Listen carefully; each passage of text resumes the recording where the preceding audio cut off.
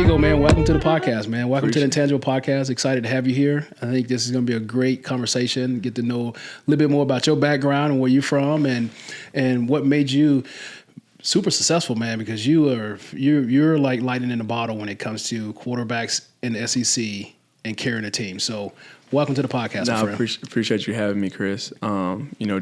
Super excited to talk about everything, and obviously you have the journey in the SEC too. So I think that's where we meet, and you mean that Ole Miss him? You mean that right there? Huh? We want to talk about that? No, not yet. But I will say I'm very thankful. I think I was telling you earlier, I'm glad we didn't play you guys this year because Vandy always make me nervous. Even when I was playing there, they were always a team that would sneak up on you and beat you. Right. And seeing you guys come out this year, I was kind of like, whew, I'm glad we're not playing them. Yeah, I was telling you, I like Lane Kiffin. I think he got the energy of a head coach, and he's just like someone who, who's really good. And obviously they always have a good record, always have a great quarterback. I like Jackson Dart. He can sling it all over the place. He can run too. But yeah, I mean, you played in the NFL, and that's my dream. So I appreciate you having me. Absolutely, man. We're excited. Well, we're gonna start from the beginning, man. Like growing up in Albuquerque, New Mexico. I mean, being a Southern guy, it's like football country down here. There's nothing else to do, Take me back to some of your early days in New Mexico. Growing up in New Mexico, I grew up in the South Valley.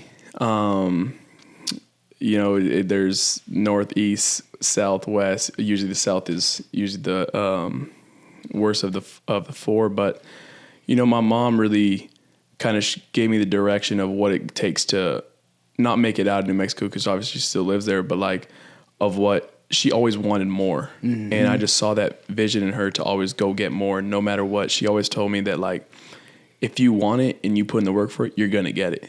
And I'm a strong believer in Jesus Christ, and like, amen. He gave me a vision, and he wouldn't give me a vision if I couldn't go do it. You know what I mean? Yeah. And I remember having like literal dreams of playing in the SEC, big lights, like. So I mean, I feel like I'm here for a reason. Obviously, this year we had a what people would call a good year, but it wasn't good enough. Like we want to play into the new year, which would be 2026. Man, dude. Well, first of all, thank you for sharing your faith. That give me chills, because those visions that God give you and your parents speaking that into you, it definitely has set your foundation. Because when I look at your high school record, I mean, you guys were 11-0 your senior year. Yeah, we were 11-0, and then we lost in the state semis to a team we shouldn't have lost. It was I remember this like literally vividly. 3rd and 15. And quarterback, literally the ball slides out of bounds and everything.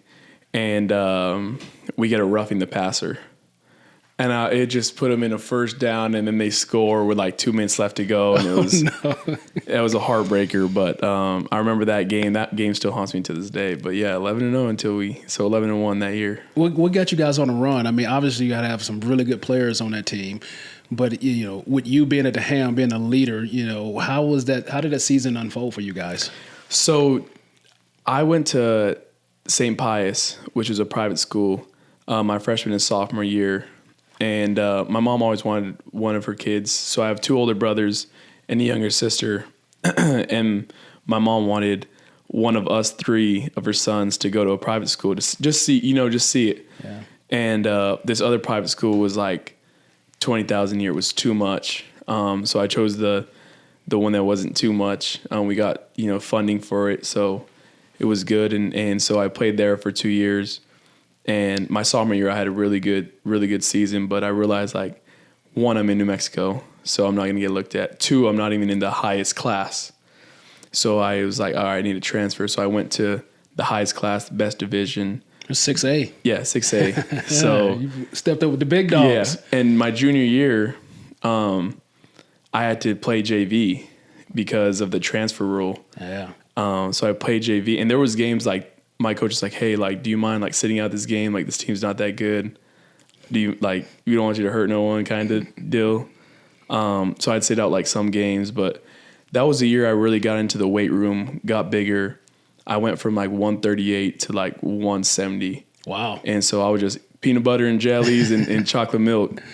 But yeah, so I had to sit out that year. Then my senior year, we had 2 running backs. Me at quarterback, had this good wide receiver, Ivan. He had a few Division II offers, and then this other true freshman. Well, I say true freshman, like he's in college, but a freshman at a high school who was an elite talent, but he didn't play because our coach kind of had a rule where like you can't play freshmen. You know, they're too small. That. But that kid was a freak, but he didn't get to play, and but we sold ourselves short. I don't know how. I still don't know how to this day. Well, I mean, your mom set the foundation of you got to put the hard work in. For sure. You kept wanting to elevate yourself, and you said, hey, I want to go to the 6A, and I want to play and show I can improve it. You get there, you guys have a phenomenal year, and then now it's time to figure out where you're going to go play college ball. You know, you end up taking a JUCO route.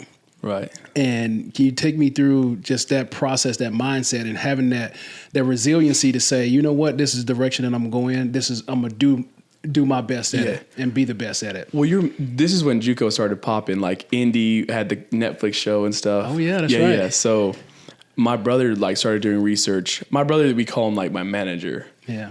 He like looks after me and just tells me what he thinks. But I had 2 Division II offers. I was like, man, I don't want to play Division II football. You know what I mean? And then my brother's like, well, have you heard of JUCO?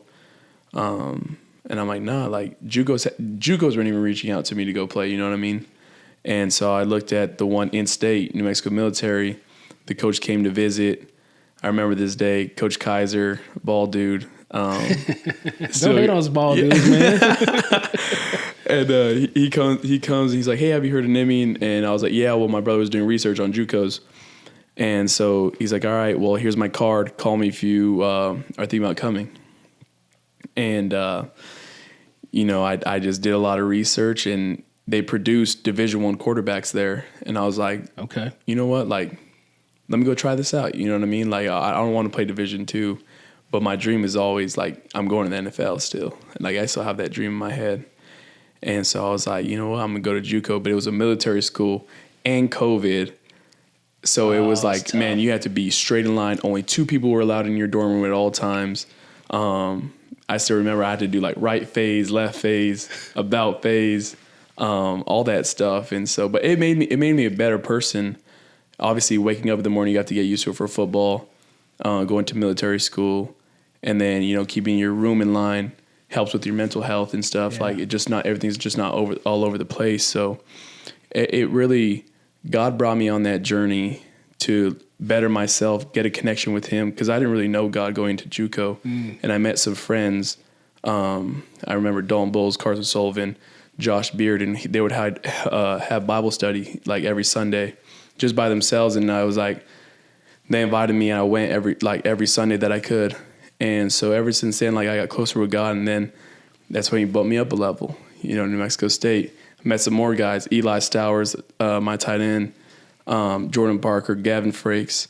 Met those guys, and then, you know, I just grew closer to God, and that's when he bumped me up a level. And so, like, it was really because I didn't know God of why I wasn't getting Division I offers and why I wasn't getting everything I wanted. Like, it's his timing, you know what I mean? Yeah. So he put you in a place to humble you. Yeah. And to make sure you're keeping that work ethic, so that when he does have something for you, you're ready for it. Yeah, for sure. So, that's how I felt. So would you say, like, just going through the COVID year, I mean, you're the first, you know, young guy I've had a conversation with about going through actually playing ball during COVID. You know, I've talked to NFL guys because I was retired when COVID happened. Like, what was the mindset, and how did you, you know, persevere through that process? I mean, you go from high school, everything is great, and now you're trying to figure out college, you got JUCO on your plate. Yeah.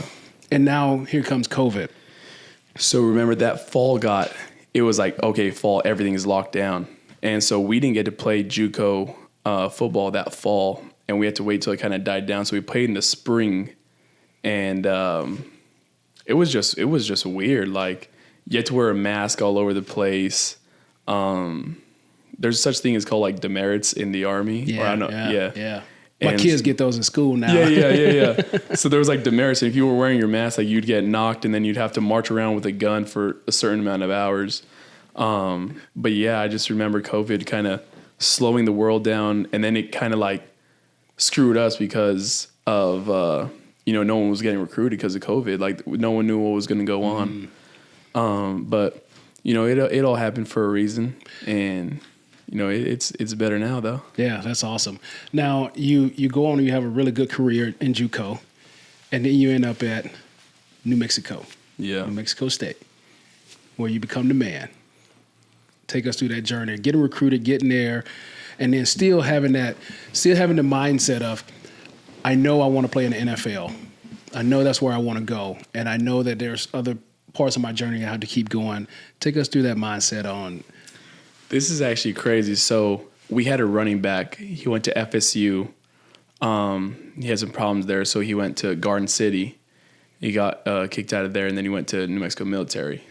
And when I tell you this kid is a legit freak, the freakiest kid ever that I've ever met. I was roommates with him. Like he would wake up 3 minutes late, go to the weight room 8 minutes late, and his first, like we were already done warming up, and in JUCO you just go straight into squat or bench. So we're into squat, and his first set is like 405, and I'm like, 405, no warm up. This kid's pop, pop. At what position? Running back. Wow. Freak. Wow. I'm talking a freak. And I was just like, man, like that's where I need to be if I want to go to, these big schools. Like he's at FSU. Like I got to start doing that stuff, Obviously not waking up late, but like squatting that 405. Yeah. And I say that because New Mexico State really wanted him. Coach Kill and Coach Beck offered him, but they didn't offer me. And so they took us up on a visit. And I remember this was before the national championship. So we had the semifinals. That kid rushed for 398 yards, 5 touchdowns, and then he had some passes too. So he had over like 440 yards. Wow. But I remember they pulled us in after, and we went to visit there, and they offered me a blue shirt, which is basically I wouldn't get scholarship in the spring, but I would get it for the fall. And I was like, man, I just want a scholarship. You know what I mean? Like I'm playing good enough. Like you go look at me, I'm playing good. I only had 1 turnover all year in my JUCO year. So I'm like, man, like why? Like height can't matter that much. Yeah. You know what I mean? And so whatever happens. So now the national championship game comes, and they offer the other quarterback that we're playing against. So I'm like, what? Like, you know what I mean? So I'm like, I got a ball now. And I like that type of stuff. Yeah. Like, I'm like, all right. And so now the offer came before the game? Yeah, they gave the offer to that kid before the game. Okay, so now you got a chip on your shoulder. Now I'm like, okay, right. Let's see. And so we go out there, we skunked them 38-0 in the third quarter. And we, like when you're up like that, you just start handing the ball off. Yeah. Started doing that. They came back 38-13. Game ended. I go back home. About 2 days later, Coach Kill calls me, and he's like, he leaves me a voice message. He's older. I don't know if you got the chance to meet him, but he's older. He's like 64 or something. And he's like, hey, I got some good news for you. Call me. And so I remember I pull over on the side of the road, call my mom back. Hey, I think they're about to offer me. Like before I even got the offer, I think they're about to offer me. Hang up. I call him. He's like, we got an offer for you. We'll see you down here. And I committed on the spot. I was like, all right, I'm gonna be there. And I only had offers from Jackson State and New Mexico State and St. Francis. So I was like, nah, I'm going to go to New Mexico State. It's my best opportunity. Went out there, and then the rest is history. Man, that's cool. That's awesome. That's a great story. Yeah. Great story. No, I appreciate that. Yeah. Now you go through, you got your high school, you got your JUCO career. Now you're at New Mexico State. Again, still just part of your story, but right. Tell me about the locker rooms, like in the military, like. Man, there ain't no locker room, I'll tell you that. I remember we were getting dressed in a barn at, I think it's like Blinn. No, not Blinn. One of the schools. We're getting dressed in a barn, no seats, nothing. I remember that. You gotta have some resiliency to go and just be able to show up and want to play every single day. Yeah. But my dream was like, man, some guys on my teams have Division I offers. You know what I mean? I could get it too. That's what kept me like going, and they were still offering JUCO kids. So I was like, man, it's getting hard. My second year, I'm not getting offers too, but I just stick to the mission. Yeah, that's awesome, man. So you take off New Mexico State. You guys have a good year. Now you're eyeing that next step. You know, how did you get to Nashville, to Vanderbilt? Coach Keel left, who was our head coach at New Mexico State. Our offensive coordinator left, who was Coach Beck. And Coach Beck came to Nashville after our bowl game. He said, "Hey, I'm taking an offensive coordinator job at Vanderbilt." And my first reaction was, obviously I'm the starter there, and the transfer portal opened, like, where you could transfer wherever. So I'm like, well, am I coming with him? You know what I mean? That was my first question. And I do like research on Vanderbilt, see like Jay Cutler's a big time quarterback who was here. Just started doing research all over about all the guys. And so I was like, man, it's in the SEC too.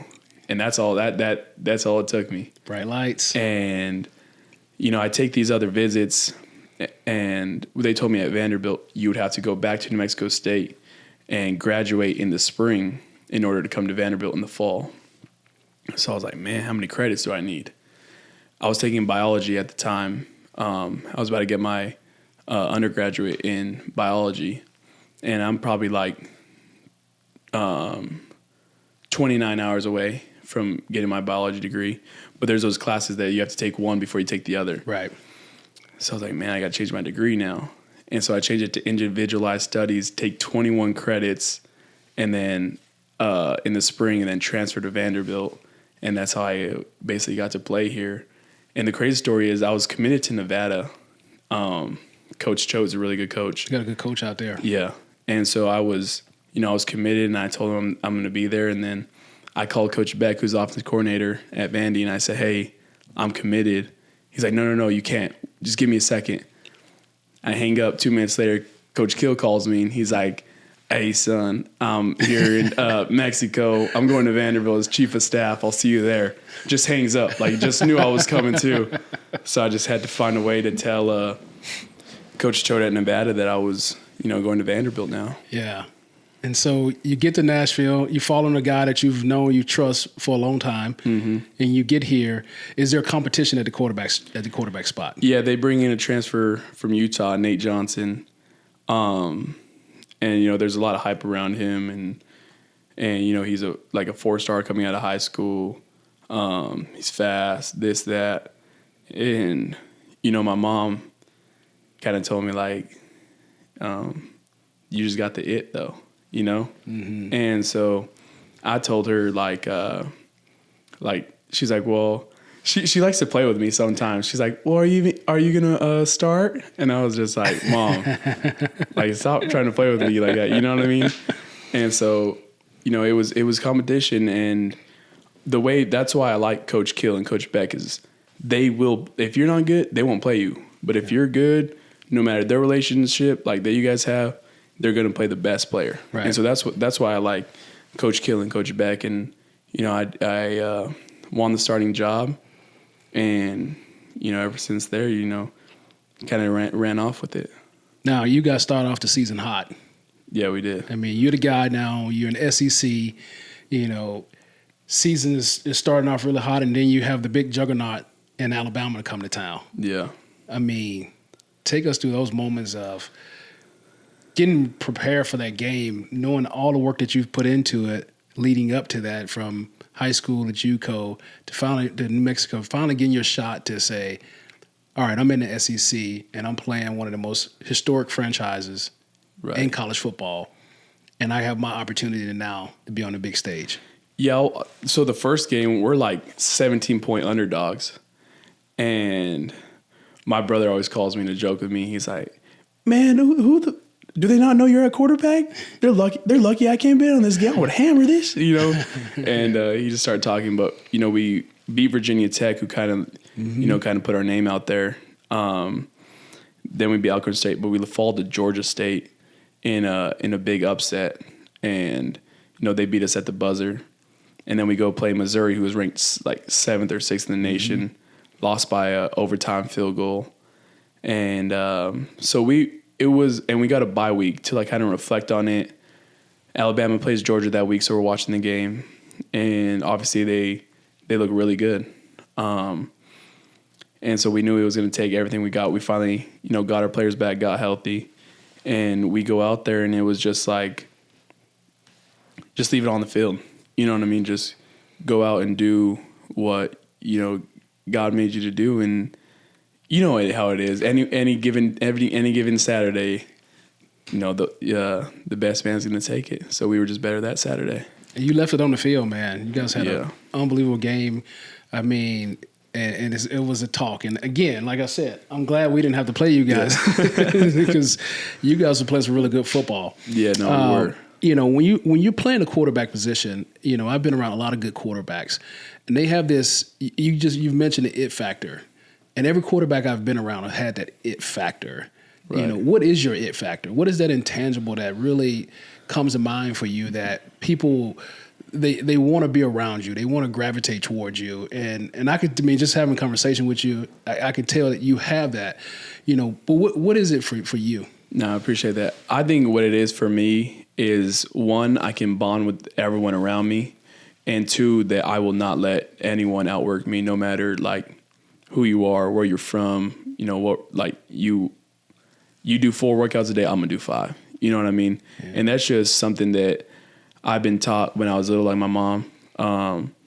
And so I don't care who you are. Like, I truly believe this. You can set me up in a room with anybody in the QB field, anywhere, and like I'm gonna beat you out to start for this football team. And I really believe that. Like, I'm the best football quarterback in anything you can name it. Like, I'm the best player. I mean, you can see your team just the way they rally around you. And you can see your teammates believe in that. They believe that too. So it's not just you believing that. It's also the people around you believe that as well. Your coach, Coach Clark, having you come back to Vandy, want to keep you here. Like, you can tell that everyone believes in that thing that you have, because you definitely, you show it all the time. And so as you start to really, look at your leadership and the next steps and next phases of where you want to go, how do you continue to build on what the foundation you've set, this last year at Vandy?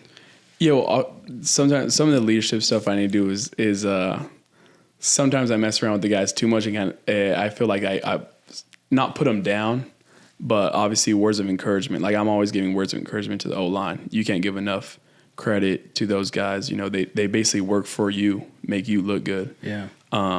So that's one thing I think I got to work on, is just keeping the guys, amped up, you know what I mean? And just make them feel like they're walking on clouds.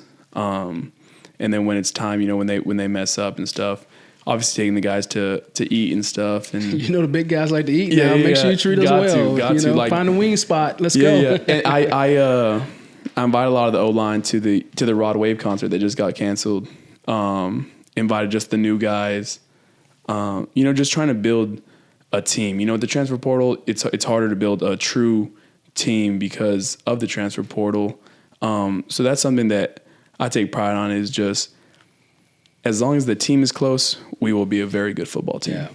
What do you mean by a true team? Are you meaning like the connective tissue, the camaraderie, of a true team? Because you see with Ohio State, they can pay some players now. And so, for real. So you meaning the chemistry and all that when you say a true team? Yeah.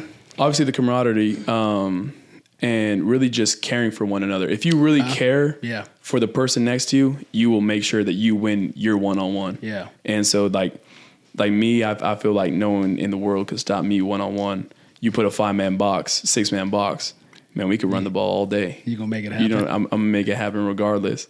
But yeah, that's how I truly feel. Like, if you actually care about your brother, you will not lose that rep. All right. So 6-man box, you come up, you see that, you're in a pass play. It depends. Is too it high? Is it third down? Third down, too high. Let's say call it. It's 3rd and 6. You got too high 6-man box, and you got the ability to check it to a run. What are you doing? No, I'm gonna drop back with it.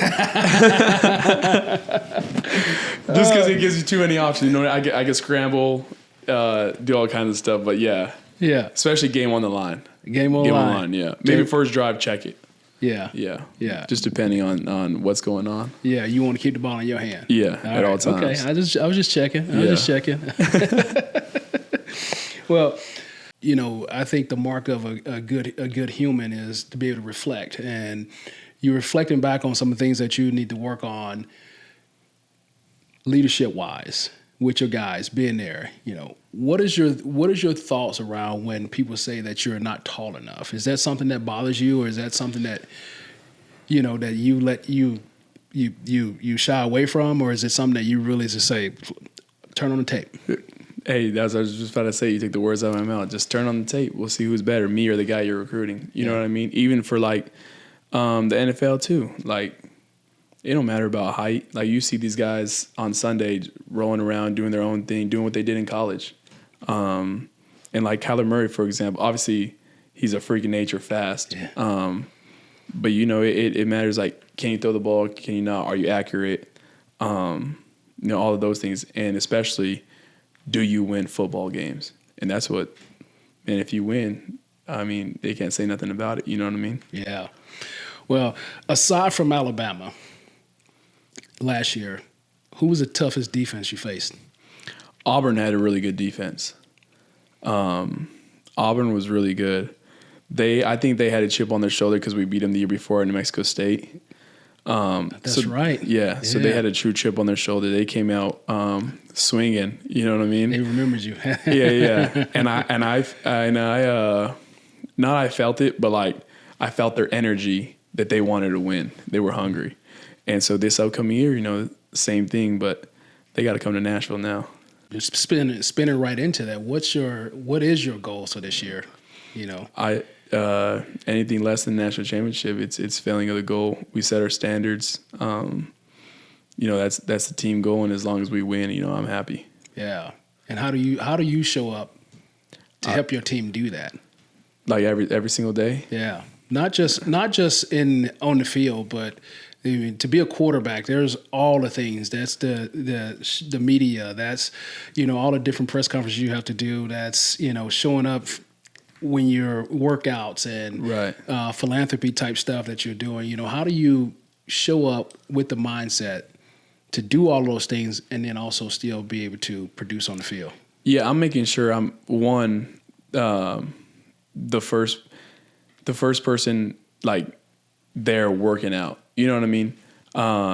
What I like to do in the morning is I wake up probably 4:15, get to yoga by 4:45, start yoga at 5. That's something I've been doing. I fell in love with yoga, just helps your body. And then after that, turn 6, get to the field, do some footwork, 6:15 to 6:45. Got weights at, 7, workout. But what I take pride in is I'm always in the building. You can count on me. You could call me. I'm going to be there for you, for any of my teammates. You don't have somebody in between making sure that they filter your calls from your teammates? Nah, I get all the calls. You take all the calls? Yeah, I take all the calls. Yeah, make sure you don't ever become that quarterback where you got somebody that filter your calls for you. When it comes to your teammates. No. Outside, okay, but teammates? No, for sure. My teammates come first, and they know that. The Rod Wave concert, we just got all the new guys. We had a suite there. We were gonna have a good time until Rod canceled it. But I just always want to make sure that I'm caring. You know what I mean? Yeah. Even off the field, for people just in general, like the homeless, people with the shelter and stuff. I just want to be making enough money to make to give to anybody I want. Yeah. You know what I mean? That's a big thing of mine, is just seeing people on the side of the road, just helping them out. My teammates who don't have much, a lot of football players don't come from anything. Yep. So just helping them out in any way I can. And a lot of them, a lot of my teammates have kids too. So that's another, not a struggle, but, another thing that they got to take care of. It's a big responsibility for them. So you heard it here, Diego, big heart. Man with the big heart. I love it. To. All right, so hey, we do a segment called 2 Minutes. So this is 2 minutes going into halftime. So that how this 2 minute drill works. Mm-hmm. So it's gonna be rapid fire, some soft tossers. So it's not like the fourth quarter where you're like, all right, we got to score right now. I got you. All right, so are we taking field goals or? Well, we just got to score. We just got to score. I got you. All right. Funniest teammate here at Vandy. Junior Sherrill. All right. Who's a Lipscomb kid? Mm-hmm. All right. Here we go. Best piece of advice that a coach has ever given you? Winning solves everything. All right. Do you have any pregame rituals? I watch Johnny Manziel highlights and my highlights after. Every game? Every game. Okay. All right. Last one here. If you were playing football, if you wasn't playing football, what would you be doing? Like if I could have the dream? No, if football right now in my body, if football was off baseball. the table, what would you do? What sport Baseball. or work would you do? You'd be a baseball player. Baseball player. You'd play shortstop, hit home runs, get paid a lot. You can hit it? Hell yeah. All right. Batting cages. Here we go. We're going to batting cages soon. Perfect. That's a good job. I like that.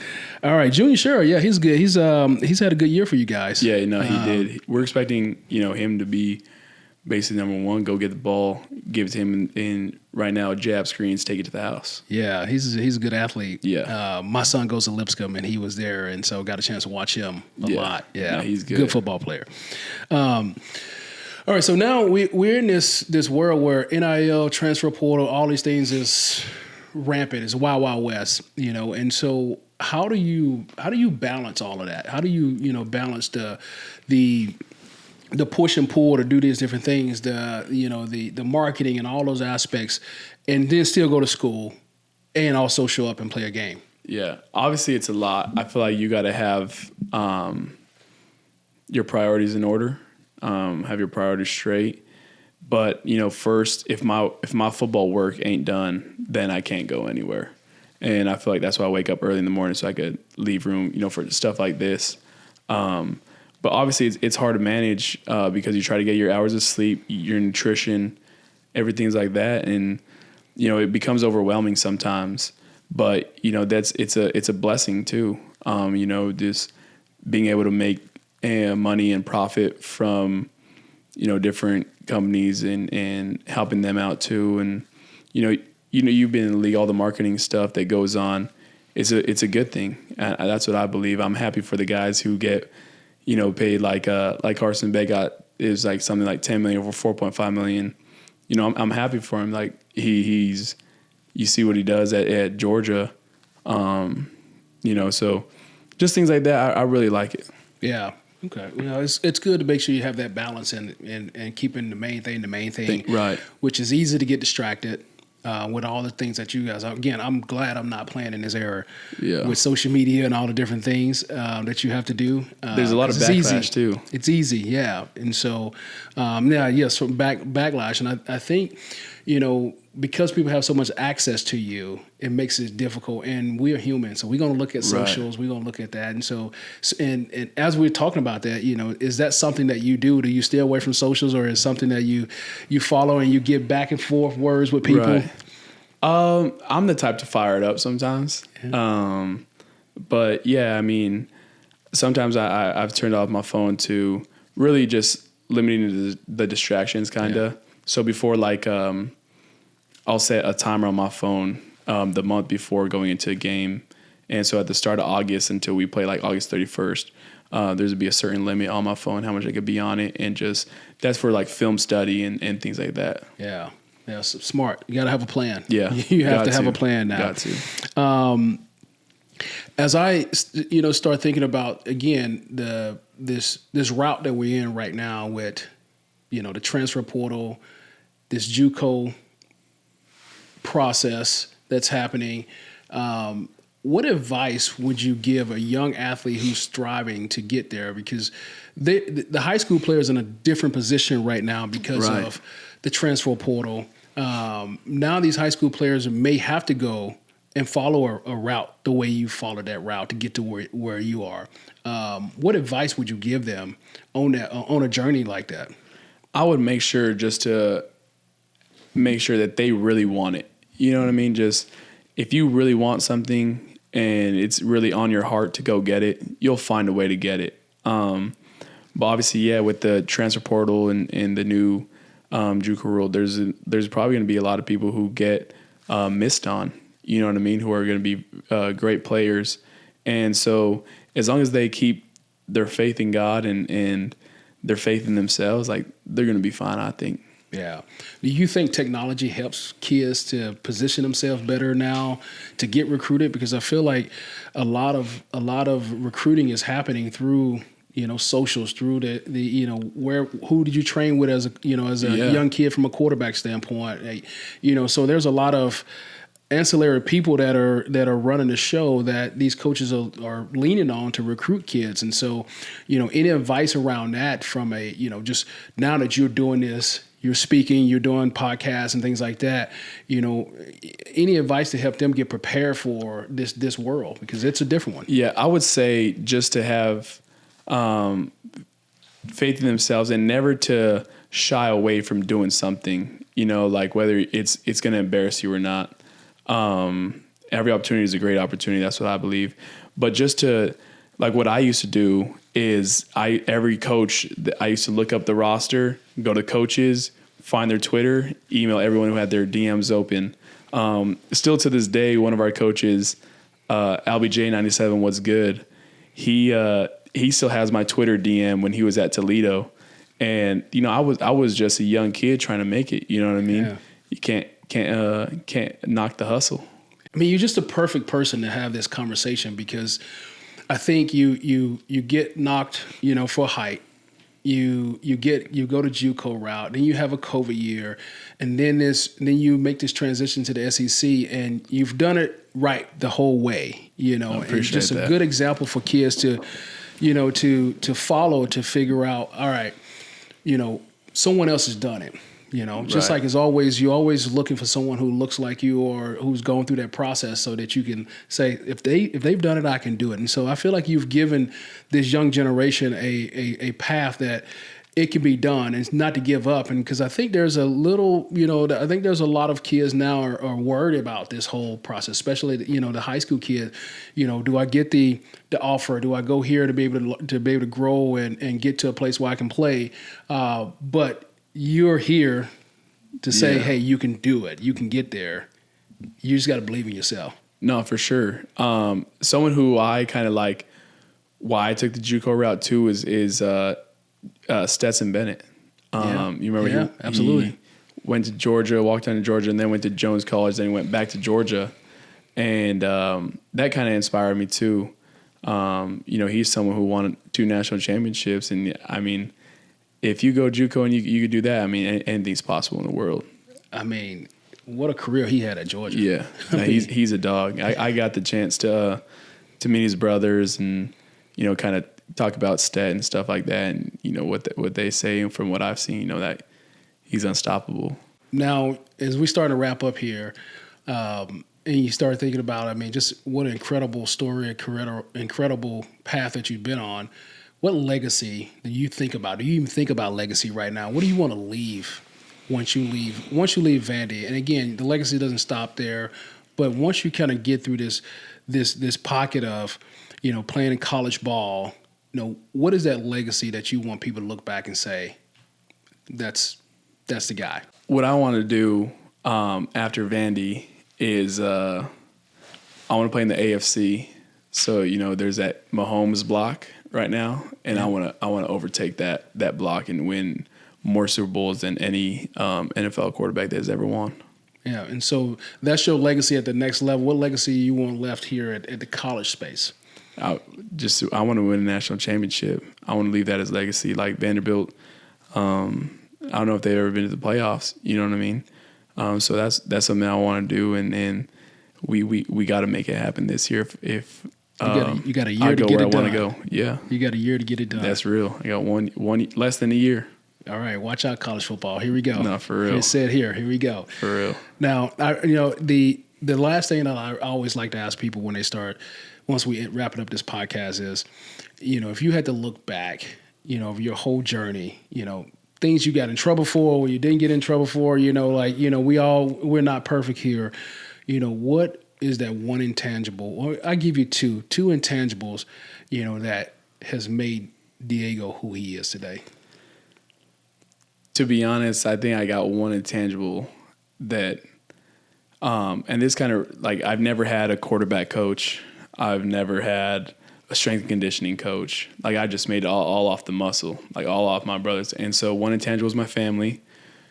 2 is that I got the I don't give a fuck mentality. I don't care who you are, where you're from. I'm better than you. Man. Diego, man, I really appreciate it. Thanks for joining us today. I mean, what a great story, man, to be able to tell. And I'm excited for you.